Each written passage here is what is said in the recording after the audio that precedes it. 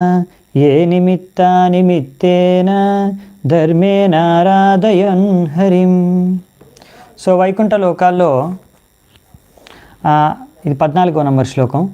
So Vaikuntha లోకాల్లో అక్కడున్న అందరూ వైకుంఠ వాసులందరూ కూడా భగవంతుడిలాగే వాళ్ళ రూపం ఆకారం భగవంతుడిలాగే ఉంటుందంట.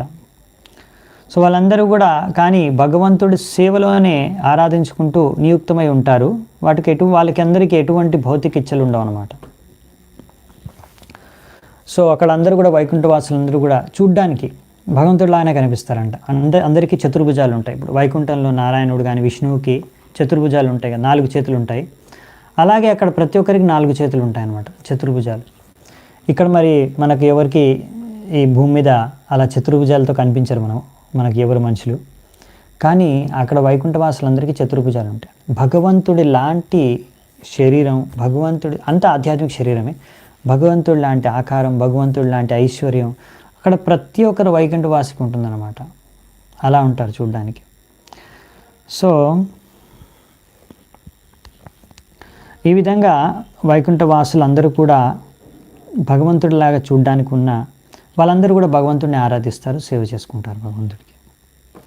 యత్ర చాద్యః పుమానాస్తే భగవాన్ శబ్దగోచరః సత్వం విష్టభ్య విరజం స్వానాం నో మర్దయన్ వృషః. ఇంకేం చెప్తున్నారంటే ఇక్కడ వైకుంఠ లోకంలో అలా భగవంతుడు ఆయనే అందరికన్నా ముఖ్యమైన ఆయన మొదటి పురుషుడు, ఆది పురుషుడు. తర్వాత అందరూ అక్కడి నుంచి భగవంతుడి నుంచి ఉత్పన్నమయ్యారు అనే విషయాన్ని మనము వేదిక గ్రంథాలు, స్క్రిప్చర్స్ నుంచి అర్థం చేసుకుంటాము. ఈ భగవంతుడు విష్ణువు, నారాయణుడు ఆయన శుద్ధ సత్వంలో స్థాపితమై ఉంటారు. అక్కడ ఉన్న వాళ్ళందరూ కూడా శుద్ధ సత్వం, ఆయన యొక్క శుద్ధ సత్వంతో నిర్మితమై ఉంటాడు అనమాట. ఆయన ఏమాత్రం రజోగుణం తమోగుణం అనేది ఉండదు. ఇంకా ఆ యొక్క భగవంతుడు నారాయణుడు కారణంగానే ఆయన కృప వల్లనే ప్రతి ఒక్కరు భక్తి మార్గంలో ముందుకు వెళ్ళగలరు. మామూలుగా ఇక్కడ ప్రతి ఒక్కరూ 3 గుణాల చేత ప్రభావితమై ఉంటారన్నమాట. సత్వ రజ తమో గుణాలు. మామూలుగా ఎవరైనా సత్వగుణంలో ఉన్నారు, సాత్విక సత్వగుణాలు ఉన్నారు అంటాము. కానీ అయినా కానీ వాళ్ళల్లో కూడా కొంచెం తమోగుణం, రజోగుణం ఉంటుంది. వారి ప్రభావం మనకి అప్పుడప్పుడు కనిపిస్తుంది అనమాట. ఎవరు కూడా ఏ వస్తువు కానీ, ఏ ప్రాణి కానీ, ఏ జీవి కానీ ఈ భౌతిక ప్రపంచంలో సంపూర్ణంగా తమోగుణం, రజోగుణం నుంచి ముక్తి అయి ఉండరు అనమాట. కొద్దిగా రజోగుణం, తమోగుణం ప్రభావం కనీసం అని ఉంటుంది. ఇంకా చాలామంది అయితే ఎక్కువగా రజోగుణం లేకపోతే తమోగుణంతో ప్రభావితమై కూడా ఉంటారు ఈ కలియుగంలో. సో బేసికల్లీ ఏంటంటే ప్రతి ఒక్కరూ కొంత ఎక్కువగానో 3 గుణాల చేత ఏదో ఒక 3 గుణాల చేత ప్రభావితమై ఉంటారు. ఒక గుణం ఎక్కువగా ప్రభావితం చేస్తుంది, ఇంకో గుణం తక్కువగా. కానీ ఆధ్యాత్మిక ప్రపంచంలో తమోగుణం, రజోగుణం మీద అస్సలు ఉండవు అనమాట. ఓన్లీ సత్వ. అందుకే దాన్ని శుద్ధ సత్వం అంటారు. ఆ శుద్ధ సత్వం అనేది ఈ భౌతిక ప్రపంచంలో ఉండదు, ఆధ్యాత్మిక లోకంలో ఉంటుంది. సో ఇంకా ఇక్కడ ఇచ్చిన విషయాలు ఏంటంటే ఇక్కడ భగవంతుడు ఇంకా భగవంతుడి భక్తులందరూ శుద్ధ సత్వలో ఉంటారు ఆధ్యాత్మిక ప్రపంచంలో. సో ఈ ఆధ్యాత్మిక ప్రపంచం అంటే వైకుంఠ లోకాలు ఎక్కడుంటాయంటే ఈ బ్రహ్మాండం అవతల పైన ఉంటాయన్నమాట. అంటే మనం ఈ బ్రహ్మాండాన్ని దాటి వెళ్ళాల్సి వస్తుంది వైకుంఠ లోకానికి వెళ్ళాలంటే. మన ఆధునిక శాస్త్రవేత్తలు, వైజ్ఞానికులు చాలా కష్టపడి ఎంతో కష్టంతో అంతరిక్ష మార్గంలో ప్రయాణం చేస్తారు. అందులో ఎన్నోసార్లు వైఫల్యాలు జరుగుతాయి, ఎంతో డబ్బు ఖర్చు అవుతుంది, ఎంతోమంది ప్రాణాలు కోల్పోతారు. ఎలాగో అలా కష్టపడి ఒక మహా అంటే దగ్గరలో ఉన్న చంద్రుడి దగ్గరికి చేరుకోగలుగుతున్నారు.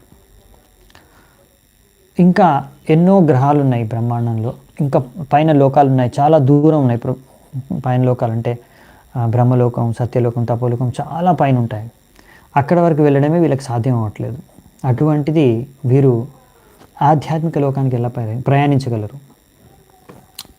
అది అంటే వెళ్ళాలనుకున్న వైజ్ఞానిక శాస్త్రవేత్తలు వెళ్ళలేరు. కనుక ఇప్పుడు ఆధ్యాత్మిక లోకాల్లో ఏముంది, అక్కడ ఎలా ఉంటుంది, ఏం జరుగుతుంది, ఎలా ఉంటారు జనాలు, ఆ విషయాలు తెలుసుకోవాలంటే మన వైజ్ఞానికులు, మన మోడర్న్ సైంటిస్టులు ఏమాత్రం చెప్పలేరన్నమాట ఆ విషయం గురించి. మీరు వారికి ఎన్ని ప్రశ్నలు అడిగినా దీని గురించి వాళ్ళకి జీరో నాలెడ్జ్ అనమాట.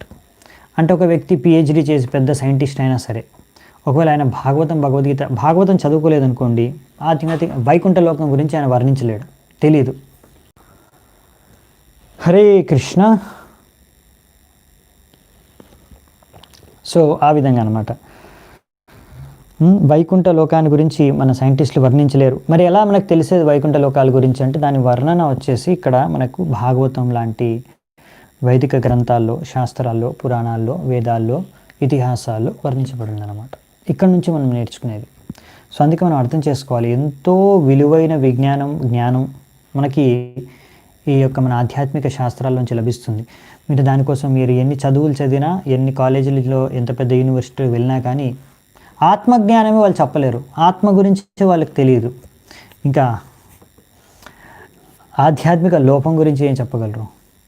సో అందుకనే ఇటువంటి ఎంతో ఉన్నతమైన విలువైన జ్ఞానము మనకు శాస్త్రాల్లోనే ఉంది. అది మనం శాస్త్రాల వారే తెలుసుకోవచ్చు అనే విషయాన్ని ఇక్కడ రాశారు ప్రభుపాదుల వారు. యత్ర నైశ్రేయసం నామ వనం కామాదుగైర్ద్రుమైః సర్వర్తు శ్రీభిర్విభ్రాజత్ కైవల్యం ఇవ మూర్తిమత్. సో ఇప్పుడు వైకుంఠ లోకంలో ఉండే చెట్ల గురించి చెప్తున్నారు, వృక్షాల గురించి. అక్కడ ఉండే వృక్షాలు కల్పవృక్షాలు అనమాట. కల్పవృక్షాలు అంటే అక్కడ ఉండే వృక్షాలు మీరు ఏవి కల్పన చేసుకుంటే, నాకు ఇది కావాలి, ఈ పువ్వు, ఈ పళ్ళు, మీరు ఏది ఫ్లవర్, అది ఏ మాసంలో అయినా సరే, ఏ మాసంలో లభించేదైనా సరే, ఒకటే చెట్టు కల్పవృక్షం మీకు కావాల్సిన పండు, కావాల్సిన పువ్వు మీకు ఇవ్వగలదన్నమాట. అలా మీరు ఏది కోరుకుంటే అది కల్పవృక్షం మీకు ప్రసాదించగలదు. అలా పర్సనల్ అనమాట. మీరు ఏది కోరుకుంటే అది, ఏదో చెట్టుకు పండిందే మనం తీసుకోవాలని. ఇప్పుడు ఇక్కడ ఏదైనా చెట్టు ఉందనుకోండి భౌతిక జగత్తులో, ఆ చెట్టుకి ఏ ఫలం పండితే ఒక్కొక్క చెట్టుకు ఒక్కొక్క ఫలం పండుతుంది. ఏది పండితే అదే మనం, అది పండిన సమయంలో, అది కాసిన సమయంలో పువ్వులు కానీ పళ్ళు కానీ మనం తీసుకోగలం. కానీ కల్పవృక్షం అంటే మనకి ఎప్పుడు కావాలంటే, ఏ పండు కావాలంటే, ఏ పువ్వు కావాలంటే అది మనకు మన కోరిక ప్రకారం ఇస్తుందన్నమాట. ఇది కల్పవృక్షం. ఇటువంటి వృక్షాలు, వనాలు, ఇటువంటి వృక్షాలతో కూడిన వనాలు ఆధ్యాత్మిక ప్రపంచంలో వైకుంఠ లోకాల్లో ఉంటాయన్నమాట.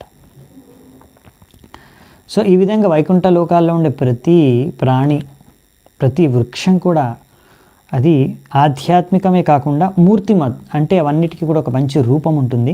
అవన్నీ కూడా పర్సనల్ అన్నమాట. మీ అందరితో ఒకరితో ఒకరు పర్సనల్గా వ్యవహరిస్తాయి. మీరు ఏది కావాలంటే మీకు అదే అందిస్తుంది. అలాగే ఇంకొకరికి ఇంకోటి వేరే పండు పువ్వు కావాలంటే వాళ్ళకి అది అందిస్తుంది అన్నమాట. అలా. సో ఈ విధంగా ఒక విధంగా చెప్పాలంటే అక్కడ పక్షులు కానీ, లేకపోతే చెట్లు కానీ, లేకపోతే పశువులుగా రూపంలో ఉండే వైకుంఠవాసులు కానీ, మనుషుల రూపంలో ఉండే వైకుంఠవాసులు కానీ, అందరూ కూడా ఒక విధంగా చెప్పాలంటే మీతో ఆదాన ప్రదానం చేసుకోగలరు అనమాట. అందరూ ఒక సమానంగా ఆధ్యాత్మికమే అందరూ. సో ఆ విధంగా భేదాలు ఏం లేవన్నమాట. సో ఇంకా చూద్దామంట అక్కడ ఏముంటాయో. వైమానికా సలలనాశ్చరితాని శశ్వత్ గాయంతి యత్ర శమలాక్షపణాని భర్తుః అంతర్జలేను వికసన్ మధుమాధవీనాం గంధేన ఖండితదియోప్యనిలం క్షిపంతః. సో ఇంకా ఏం చెప్తున్నారంటే ఇక్కడ వైకుంఠ లోకాల్లో వైకుంఠవాసులు వాళ్ళందరూ కూడా అక్కడ ఎలా ప్రయాణిస్తారంటే వైమానిక విమానాల్లో. అంటే విమానాలు అనేవి ఏదో కొత్త రీసెంట్ ఆవిష్కరణ ఏం కాదనమాట. మనం శాస్త్రాల్లో, పురాణాల్లో కూడా చదువుకుంటాం. రామాయణంలో పుష్పక విమానం గురించి, ఇంకా ఎన్నో పురాణాల్లో వైకుంఠ విమానం గురించి వింటాం, భాగవతంలో కూడా వింటున్నాం. సో ఈ విమానాలు అనేవి మనకేం కొత్త కాదనమాట. దీని గురించి వినడం కానీ, దీన్ని ప్రయోగించడం కానీ భౌతిక ప్రపంచంలోనే ఉంటాయి. అటువంటిది ఆధ్యాత్మిక ప్రపంచంలో ఎందుకు ఉండవు? సో అక్కడ ఉండే విమానాల్లో చాలా ప్రత్యేకత ఉంటుంది. అక్కడ పెట్రోల్, డీజిల్ దీని ద్వారా విమానాలు వెళ్ళవన్నమాట. ఇక్కడ ఏంటంటే డీజిల్ వేసి తర్వాత ఒకతను పైలట్ దాన్ని నడపాలి. ఏదైనా సమస్య వచ్చేస్తే ఆకాశంలో ఏదైనా ప్రాబ్లం వస్తే ఆ విమానాలు కూలిపోగలవు కూడా, ప్రాణ నష్టం కూడా జరగవచ్చు. ఇలాంటి సమస్యలు ఏమీ అక్కడ వైకుంఠ విమానాల్లో ఉండవు అన్నమాట. అక్కడ వైకుంఠ విమానాలన్నీ కూడా ఎవరైనా వైకుంఠ వాసులు అందరూ వైకుంఠ విమానాల్లో ప్రయాణిస్తారు. ఇంకా అంతేకాకుండా ఆ వైకుంఠ విమానాల్లో ప్రయాణించేటప్పుడు ఉమ్, వాళ్ళ యొక్క ఇప్పుడు వైకుంఠవాసులు కూడా భార్యాభర్తలు ఇద్దరు కూడా ప్రయాణిస్తారు. సో అలా భార్యాభర్తలు ప్రయాణిస్తారు. అటువంటప్పుడు అక్కడ వైకుంఠవాసులు అందరూ కూడా ఎంతో సౌందర్యవంతంగా ఉంటారు. సో ఎంతో సౌందర్యవంతంగా ఉన్న అక్కడున్న వాళ్ళు వాళ్ళ భార్యల పట్ల ఏమాత్రం ఆకర్షితులు అవ్వరు అనమాట. ఏమాత్రం ఆకర్షితులు అవ్వకుండా, ఎందుకు అంటే వాళ్ళు ఎంత బాగా భగవంతుడి పట్ల ఆకర్షితమైపోయారంటే భగవంతుడి యొక్క ఆరాధనలో గుణగానం చేస్తూ అందులోనే వాళ్ళు ఆనందాన్ని ఆస్వాదిస్తూ వెళ్తూ ఉంటారు. అటువంటి సమయంలో ఏదైనా మంచి పువ్వు, మాధవి ఇలాంటి పువ్వు కూడా దాంట్లో నుంచి వెదజల్లే మంచి సువాసన, ఆ యొక్క సువాసన గాలి తగిలి కూడా వాళ్ళకి ఇదొక డిస్టర్బెన్స్, ఇదొక డిస్ట్రాక్షన్, ఇదొక మా భగవంతుడి ధ్యానంలో ఇదొక అడ్డుగా నిలుస్తుందని దాన్ని కూడా ఖండిస్తారంట. గంధేన ఖండిత దియోపి నలినం క్షిపంత, అలాంటి సుగంధాన్ని కూడా ఖండిస్తారంట. మాకు అవసరం లేదు, మాకు భగవంతుడు ఇది డిస్టర్బెన్స్గా ఉంది, ఇప్పుడు వద్దు నాకు తర్వాత మధ్యలో ఈ అవసరం లేదని.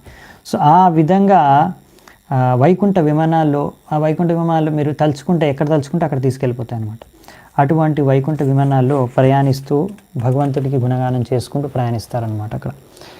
సో అందుకనే వారికి ఇటువంటి మంచి సుగంధితమైన గాలి కూడా డిస్టర్బెన్స్గా అనిపించేస్తుంది.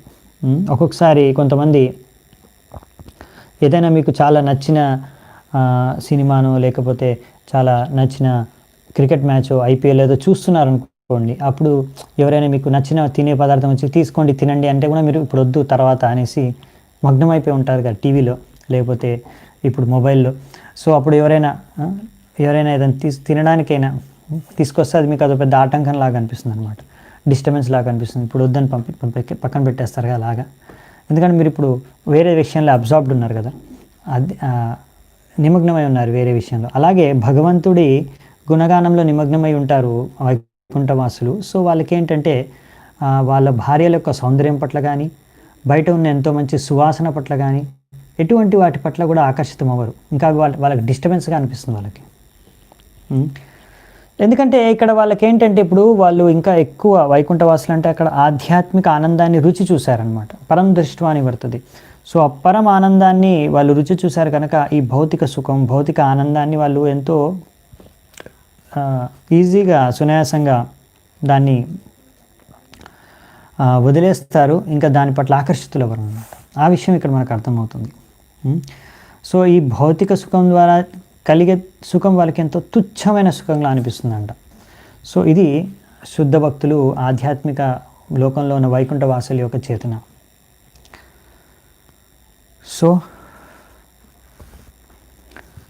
పారావతాన్యవ్రతసారస చక్రవాక దాత్యూహంసశుకతిత్తిరిబర్హిణాం యః కోలాహలో విరమతే చిరమాత్రముచ్చైర్ భృంగాదిపే హరికథామివ గాయమానే. సో ఇది ఎవరి గురించి అంటే ఇక్కడ పక్షుల గురించి చెప్తున్నారు. అక్కడ పక్షుల్లో ఎన్నో పక్షులు ఉన్నాయంట. ఇక్కడ రాశారు పేర్లు, అంటే మనకు అన్ని పేర్లు తెలుగులో తెలియవు, అంటే తెలుగు బుక్లో ఉండొచ్చు.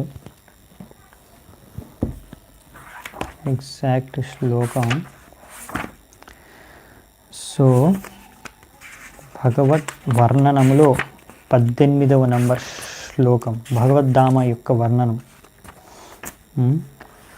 So Bhringraj king of bees honey, Bhramara లేకపోతే భృంగరాజు ఇదొక బీ అన్నమాట.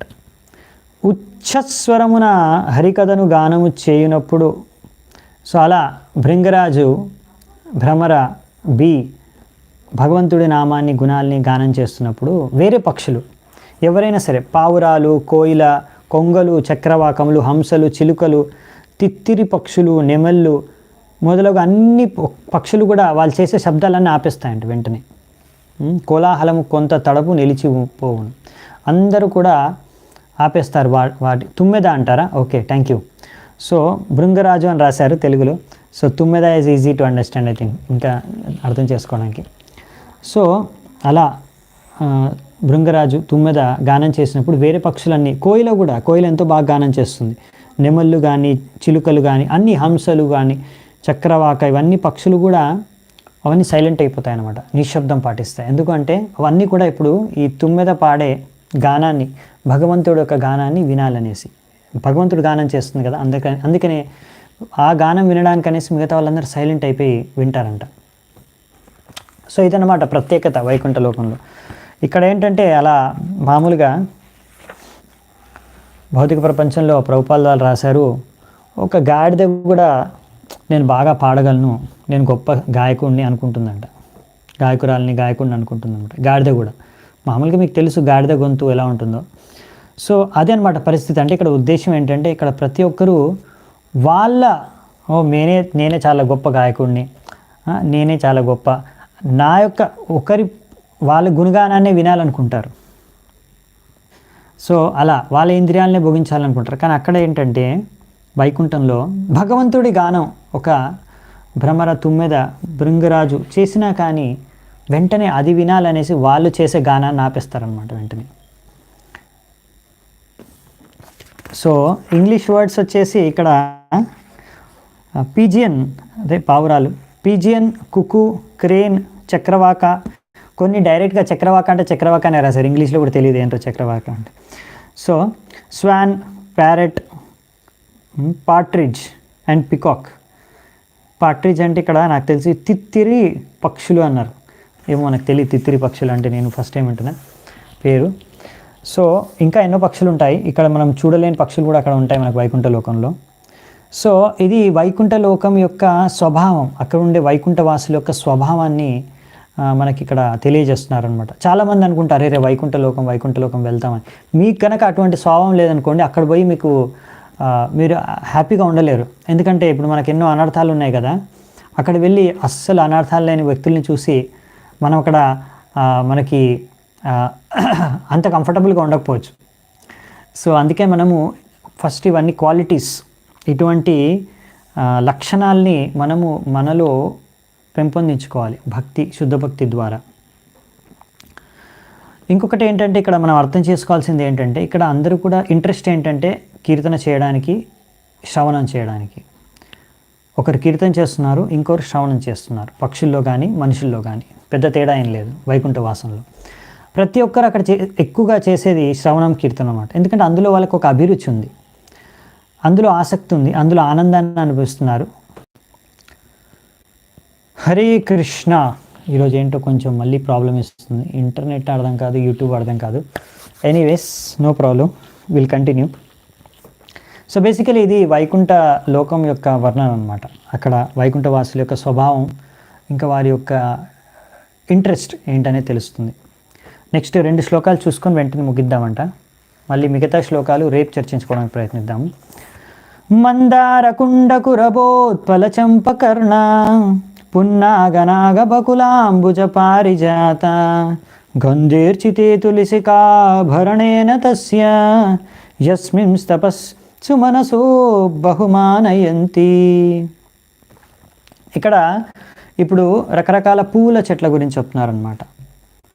సో ఇక్కడ పూల చెట్లలో కూడా, పూల వృక్షాల్లో కూడా ఎన్నో ఉన్నాయన్నమాట. మందారము, కుందము, కురవకము, ఉత్పలము, చంపకము, అర్ణవము, పున్నాగము, నాగకేసరము, వకులము, పద్మము, పారిజాతము, ఇటువంటి ఎన్నో పూల చెట్లు ఉన్నాయన్నమాట. ఇన్ని పూల చెట్లు ఉన్నా కానీ అందరూ కూడా తులసి యొక్క గొప్పతనాన్ని అర్థం చేసుకొని దాన్ని సమ్మానిస్తారు ఆ విధంగా. బహుమానయంతి. ఎందుకంటే తులసి యస్మిన్స్ తపస్సు మనసు, ఎన్ని తపస్సులు చేసింది తులసిదేవి.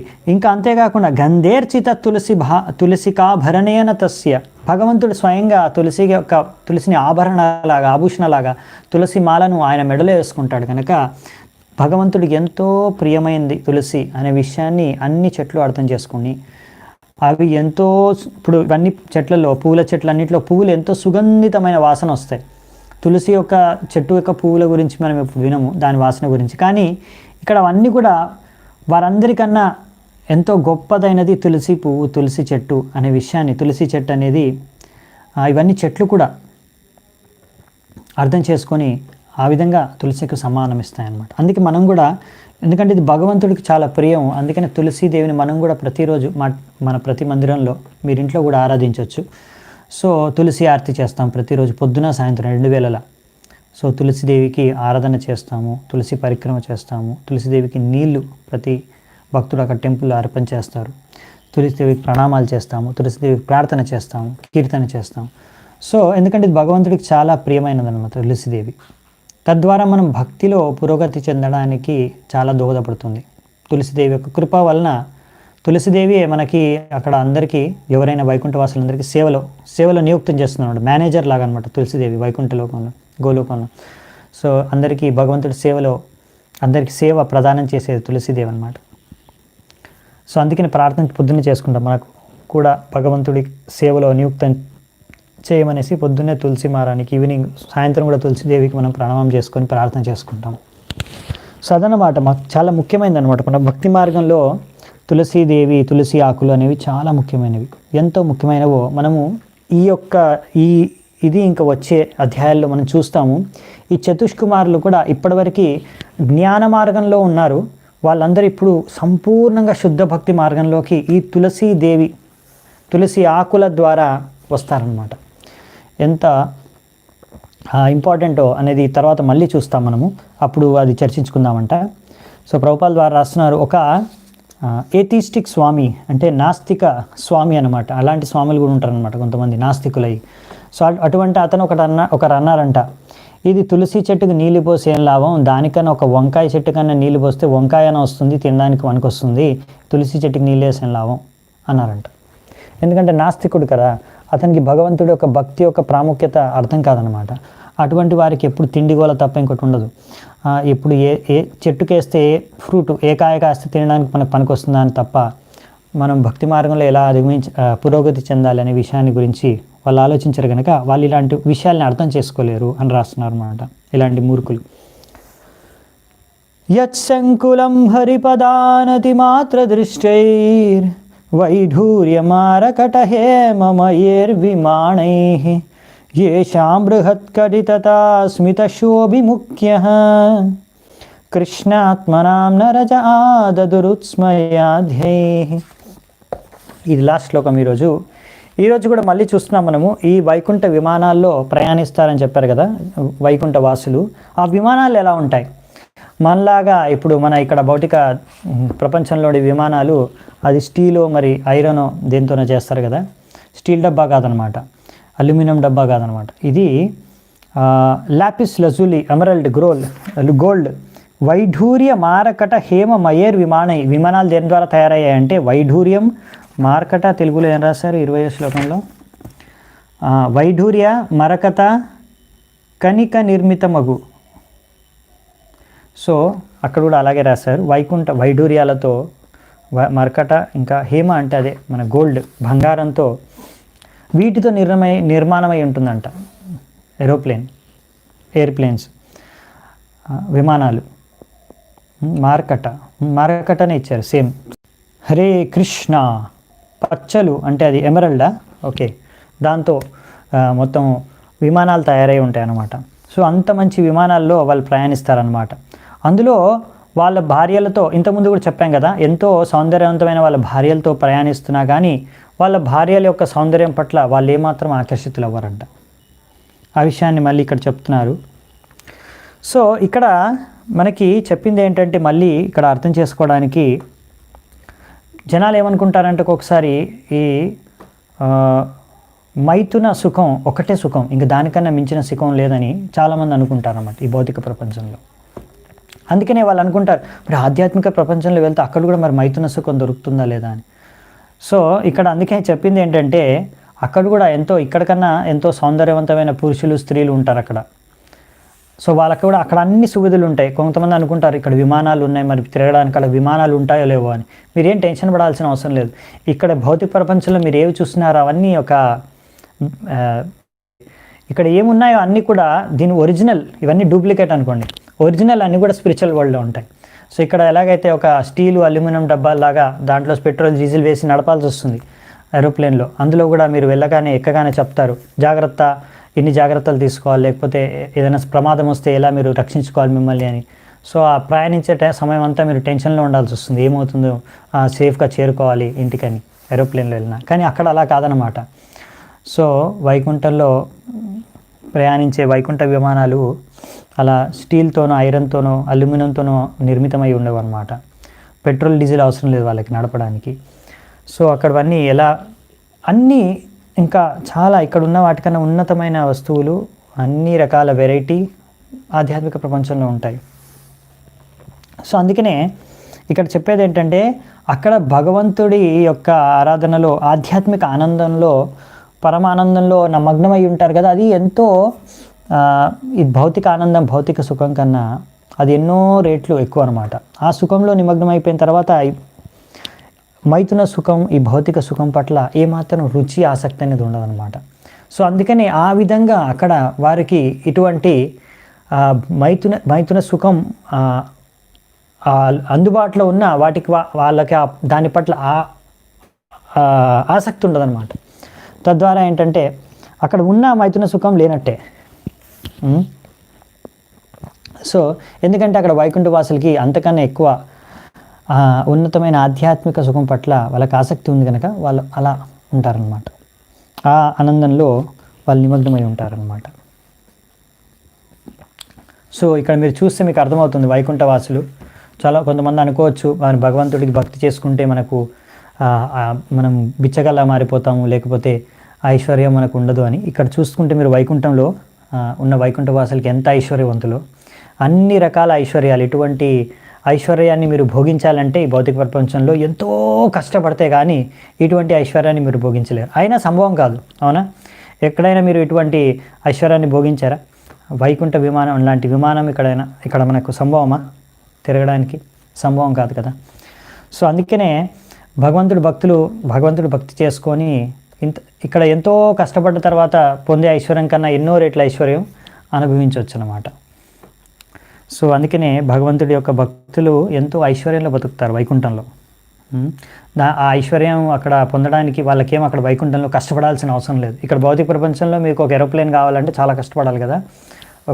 ఒక ఏరోప్లేన్ కొనుక్కోవాలంటే అదే అక్కడైతే మీరు ఏమాత్రం భగవంతుడికి భక్తి చేసుకుంటే చాలు, మీకు అన్నీ లభిస్తాయన్నమాట. సో అదే ఇక్కడ చెప్తున్నారనమాట. సో ఇంకా కొన్ని ఉన్నాయి విషయాలు. ఎవరు మరి వైకుంఠానికి వెళ్ళగలరు, అర్హులు ఎవరు వెళ్ళలేరు, ఇంకా కొన్ని వైకుంఠ వాసుల గురించి వర్ణన విషయాలు అవి రేపు చూసుకొని ముగిద్దామంట. వైకుంఠలోకం వర్ణన ఈరోజు ఇక్కడే ముగిద్దాం, సమయం అయిపోయింది. చాలా చాలా ధన్యవాదాలు. శిల ప్రభుపాద్ की जय, ग्रंथराज श्रीमद् भागवतम की जय, समवेत गौर भक्त वृंद की जय, निताय गौर सीतनाथ प्रेमानंदी, हरि हरि बोल.